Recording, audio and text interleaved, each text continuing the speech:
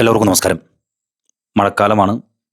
വാഹനാപകടങ്ങളുടെ എണ്ണം വർദ്ധിച്ചുകൊണ്ടിരിക്കുകയാണ്. നമ്മൾ ആരായിരുന്നാലും ജാഗ്രതയോട് കൂടിയിട്ടുള്ളൊരു ഇടപെടൽ യാത്രയിൽ അത്യാവശ്യമാണ്. ഞാനിത് പറയാൻ കാരണം, പല റോഡുകളും ഈ റബ്ബറൈസ് ചെയ്ത റോഡുകളാണ്. ചില വാഹനങ്ങൾ, ഇരുചക്ര വാഹനങ്ങളൊക്കെ പോണ പോക്ക് കണ്ടിട്ടുണ്ടെങ്കിൽ എന്താ പോക്കെന്ന് പറഞ്ഞാൽ ഒരു പിടിപാടില്ല. ഇവരൊക്കെ ഏത് എം.വി.ഡിമാർ എവിടെ പോയി പോക്കുന്നുള്ളതാണ് മനസ്സിലാക്കാൻ പറ്റാത്തത്. ജീവൻ കയ്യിൽ നിന്ന് പോയ മാതിരിയായിരിക്കും. നമ്മളിങ്ങനെ കണ്ണടച്ച് തുറക്കണ കാലമൊക്കെ പോലെ മൂളക്കം പോലെ വണ്ടികൾ പോകുന്നുണ്ട്. ഇതൊക്കെ ഒരു ചെറിയൊരു സ്ലിപ്പ് മതി പറന്ന് വല്ല മേൽപ്പാലത്തിൻ്റെ മുകളിൽ നിന്നൊക്കെ താഴ്ത്തിക്ക് വീഴാണെങ്കിൽ സ്ഥിതി എന്തായിരിക്കും? എന്തായിരുന്നാലും വാഹനാപകടങ്ങൾ ഇങ്ങനെ കയറിക്കൊണ്ടിരിക്കുകയാണ്. ജാഗ്രത. ചാലക്കുടി ഇരിഞ്ഞാലക്കുട റൂട്ടിൽ ആളൂർ കനാൽ പാലം എന്ന് പറഞ്ഞ ഒരു സ്ഥലം നിങ്ങൾ കണ്ടിട്ടുണ്ടാവും.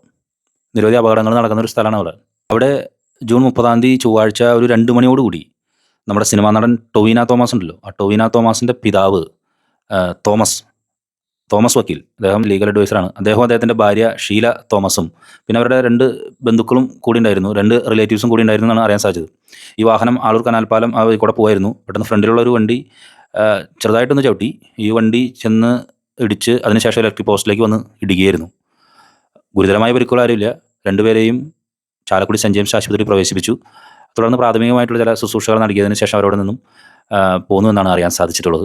ഈ ഇരിഞ്ഞാലക്കുട ചാലക്കുടി റോഡ് വളരെ ശ്രദ്ധിക്കേണ്ട പ്രധാനപ്പെട്ട 1-2 പോയിന്റുകളുണ്ട്. അതിലൊരു പോയിന്റാണ് ഞാൻ ഈ പറഞ്ഞ സ്ഥലം. മറ്റൊരു പോയിന്റാണ് ആനത്തടത്തേക്ക് തിരിയുന്ന പിള്ളേരുടെ അപകടം ഉണ്ടായ സ്ഥലം. ഇവിടെയൊക്കെ തുടർന്ന് അങ്ങോട്ട് പല ബ്ലാക്ക് സ്പോട്ടുകളുണ്ട്. നമ്മൾ വാഹനം ഓടിച്ചു പോകുമ്പോൾ വളരെയധികം ശ്രദ്ധിക്കണമെന്ന് മാത്രമാണ് പറയാനുള്ളത്. മഴക്കാലമാണ്. ജാഗ്രത.